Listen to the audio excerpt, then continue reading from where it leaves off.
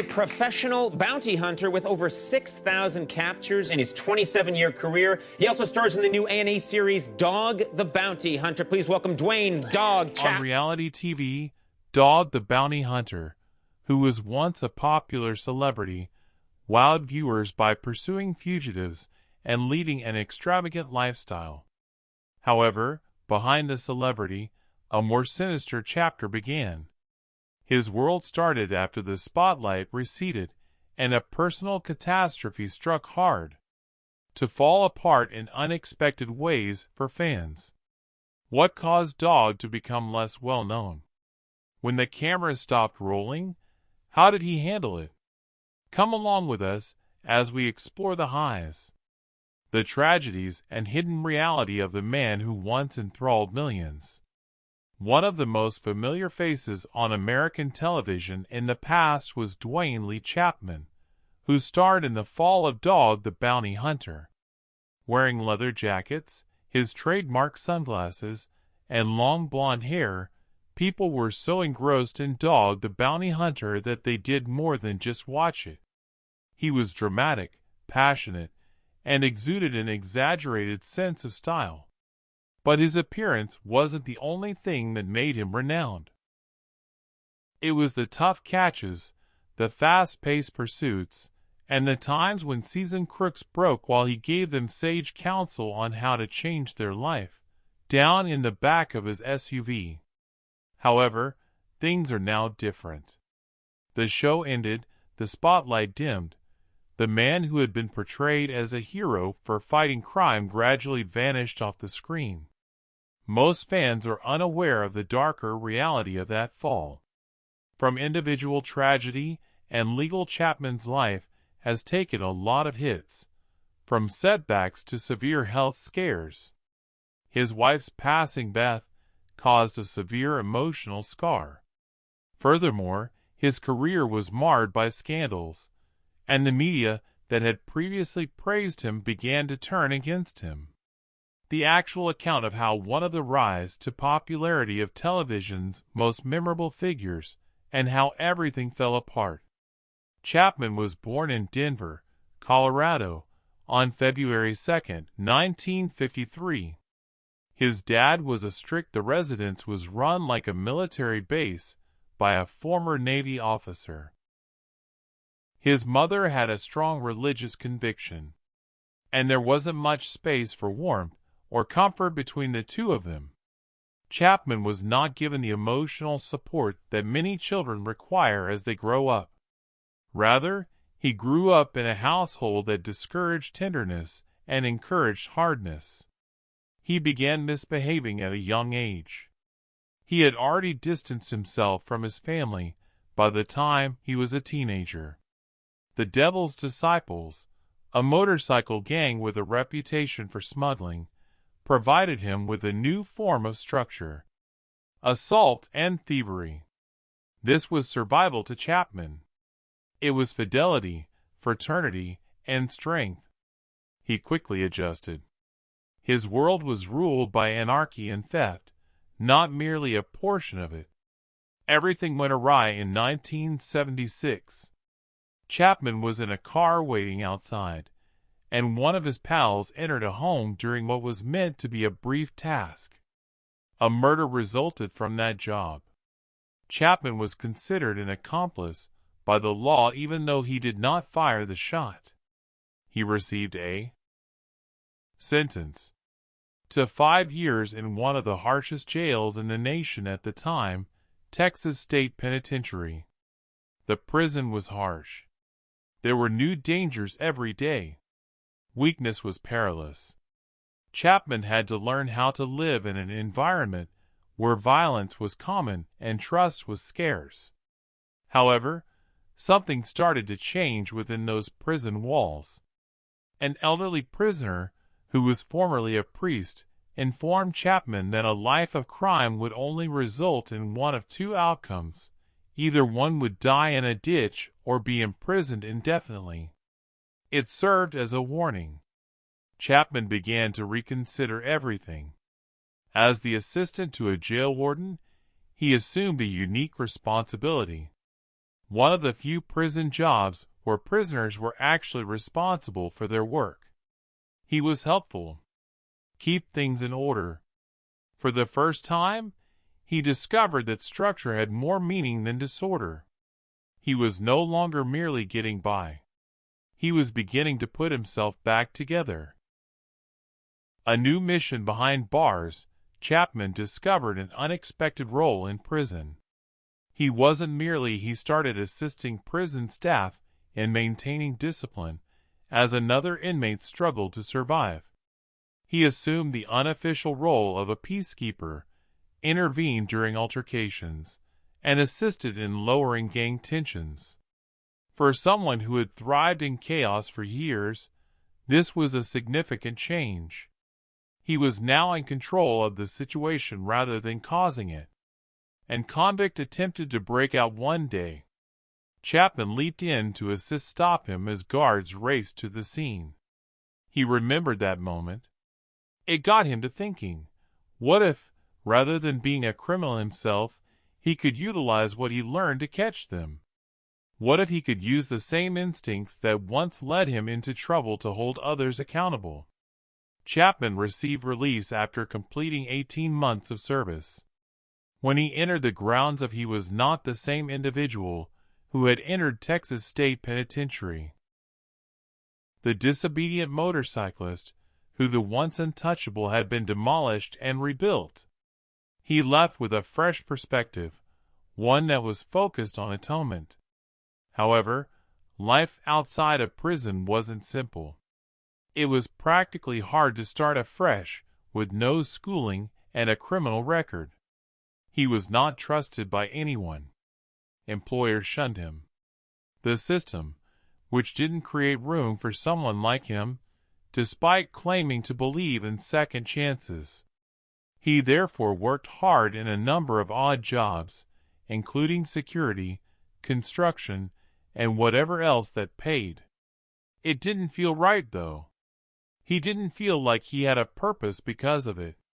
Next, a peculiar request arrived. Chapman was asked by a friend to assist with finding someone who'd do money. He located the man in a matter of minutes. It was at that point that something clicked. He had done something lawful that still felt like him for the first time in his life. His street smarts, reflexes, and intensity were effective. To feel strong, he didn't have to commit crimes or be a member of a gang. He may instead go after criminals. A career was born out of that one instant of catching one individual. Chapman discovered that bounty hunting was his calling. It is a legal profession in the United States where licensed professionals find fugitives who fail to post bond. It was dangerous, uncertain, and occasionally aggressive, but Chapman was accustomed to that environment. What set him unique was his genuine comprehension of the individuals he was pursuing. He had been in their position. He was aware of the thoughts, hiding places, and potential reactions of fugitives. He initially accepted menial work from bail bond companies, barely making ends meet. However, even in that case, he wasn't acting in a typical manner. Some concentrated on fast captures, but Chapman spoke with those he apprehended.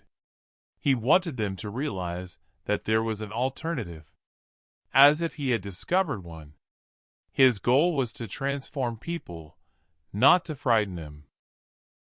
He gained a reputation as a result of this strategy, something that most bounty hunters lacked. He wasn't merely apprehending runaways.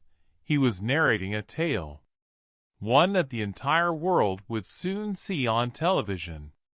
A different sort of hunter. Unlike most bounty hunters, Chapman avoided approaching fugitives. He wasn't dependent on force or threats unless absolutely required. He supported presenting people with the facts and allowing them time to comprehend the repercussions of their behavior. He recognized himself in others who had made poor decisions and thought there was no way to go back. It wasn't about punishment to Chapman. It had to do with change. He stood out because of his combination of compassion and strength. He was attempting to give them another chance. He was aware that it was uncommon. In a society where offenders were frequently viewed as hopeless cases, "You're not finished yet," Chapman said when he entered. His reputation grew along with the word about his work. In a field that relies heavily on force and terror, he contributed empathy, which was something new. However, the incident that would shape his career wasn't about being kind. It was about national headlines, risk, and danger.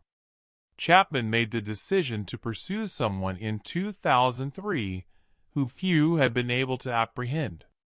The successor, Andrew Luster, had been found guilty of several violent crimes, according to the Max Factor Fortune. The court had imposed a sentenced him to 124 years in prison, but he disappeared before being apprehended. Months went by with no sign of him despite a major search by authorities. Chapman was not deterred by that. He wasn't employed by the state. He was not under any formal directions. However, he considered this his mission. He tracked for months.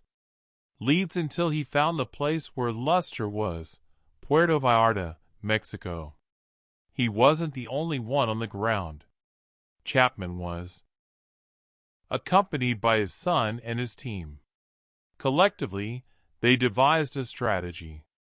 They approached Luster after spotting him on the street in June 2003. The arrest went smoothly and swiftly. What the police couldn't accomplish, they had done. Luster was being held. However, rather of receiving hero status, Chapman and his group were taken into custody by Mexican law enforcement. There, bounty hunting was prohibited, and they had violated the law by apprehending someone without consent. Chapman and his team were taken into custody, and while they were ultimately, the problem was far from resolved even after they were freed and permitted to return to the United States. Mexico desired his return. Extradition was a real possibility, and Chapman would have to cope with pressure from the law that never really went away. But celebrity was a side effect of all of that. News outlets nationwide reported on Andrew Luster's capture. The man who had accomplished the impossible piqued people's interest. News sources covered his story. Interviews ensued, and finally television showed interest. Chapman was suddenly more than just a bounty hunter. He was well known. The world was now watching as his career took a drastic swing. From fugitive catcher to TV star, following the national media attention surrounding the Andrew Luster case, Chapman was given an unexpected call, and he wants to use his work as the basis for a reality show. This was more than just a demonstration. Dramatic takedowns or action sequences. The network recognized something more profound in Chapman. He possessed heart, which is uncommon in bounty hunting, in addition to grit. When Dog the Bounty Hunter debuted in 2004, it immediately captured the attention of viewers.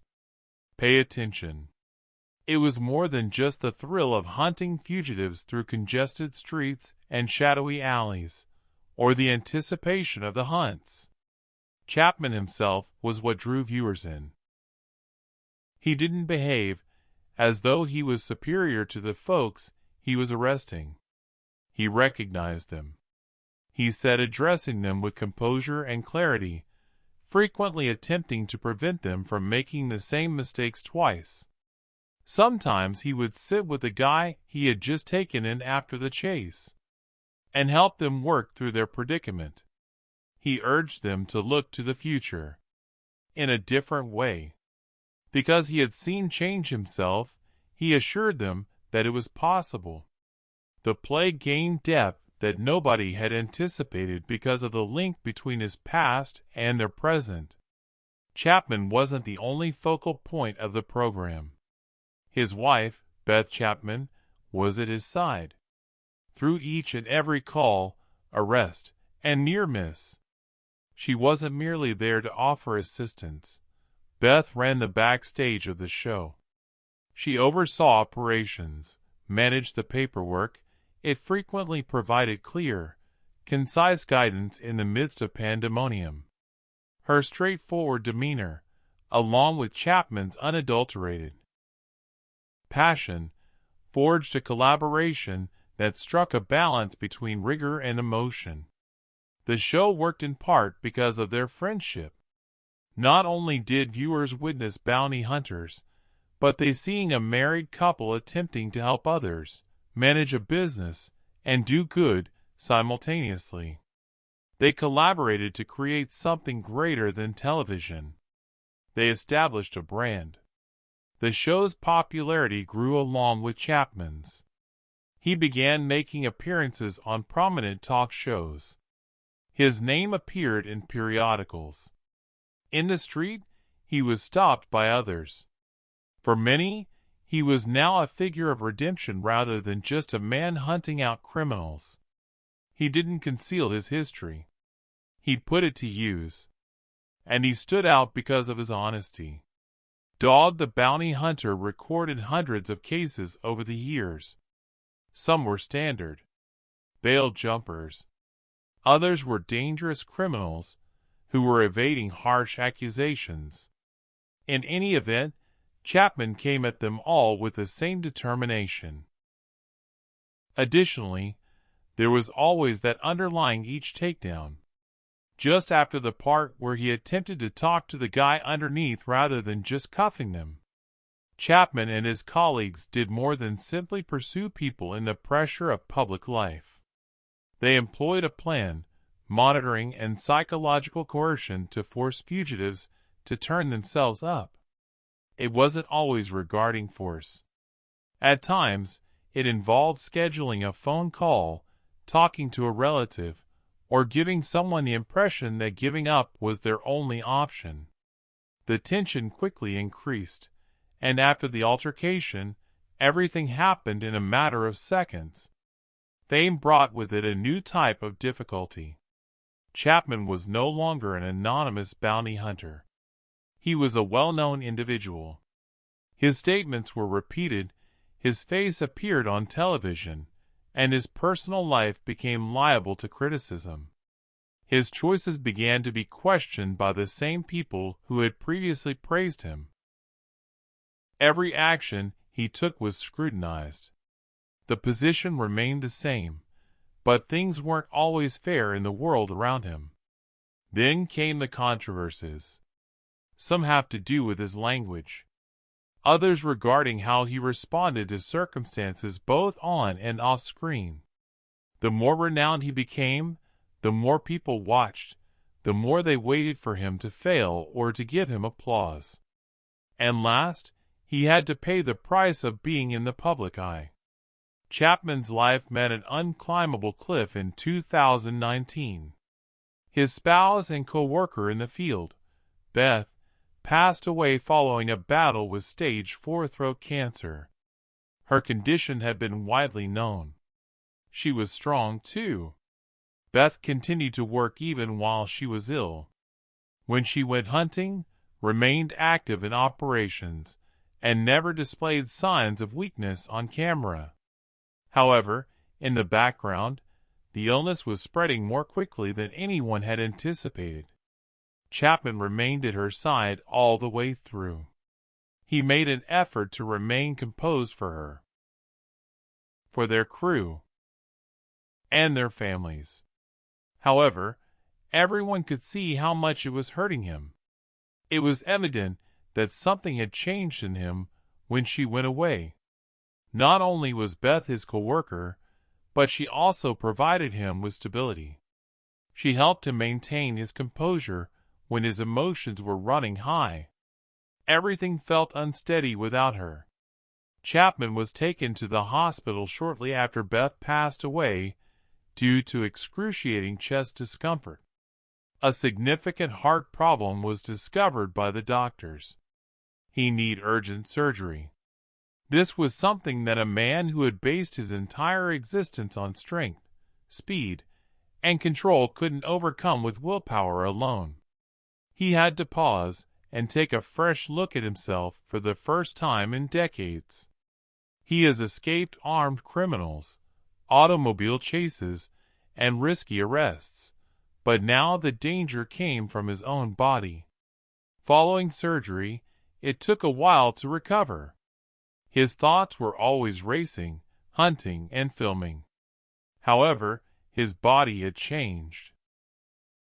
The ache persisted. The exhaustion persisted. And gradually, he had to acknowledge something that had before seemed unachievable. He was no longer able to live the same life he had. A man crumbling in silence, the man who used to exude grit and vitality on TV screens suddenly appeared to be hollow. Dwayne Chapman appeared to be a shell of his former self, emotionally spent, physically exhausted, and uncertain about his ability to continue without Beth. He ceased to look after himself. He slept less, lost weight, and stayed away from the habits that used to keep him in check. The fire that kept him going on the field had gone out. Beth had served as more than simply his bounty hunt companion. It was she who was in charge. When he lost his fury, he let him in. When he said anything, she assisted in tidying up the mess. That provoked opposition. But now that she was gone, he had no one to keep him safe. The grief left him aimless, but soon he was being pulled beneath by more than just anguish. Chapman has long been renowned for his audacious and somewhat careless nature. His name had surfaced in a number of disputes over the years. Most of them were connected to his statements, or his manner of bearing oneself. Beth had served as a protective barrier, calming the blow when he was viewed negatively by the people. But the repercussions are more severe without her. The discovery of an audio tape in 2007 was one of the most catastrophic events. During a private discussion regarding his son's girlfriend, he was heard on the audio hurling racist epithets. The recording quickly went viral. The audience was furious. Dogs A and E suspended Chapman, and the bounty hunter issued a public apologies. He asserted that the words were misinterpreted, because the people had already decided that he wasn't racist. The damage was already done. It was a devastating turn of events for someone whose reputation had been based on justice and the rule of law. Abruptly he was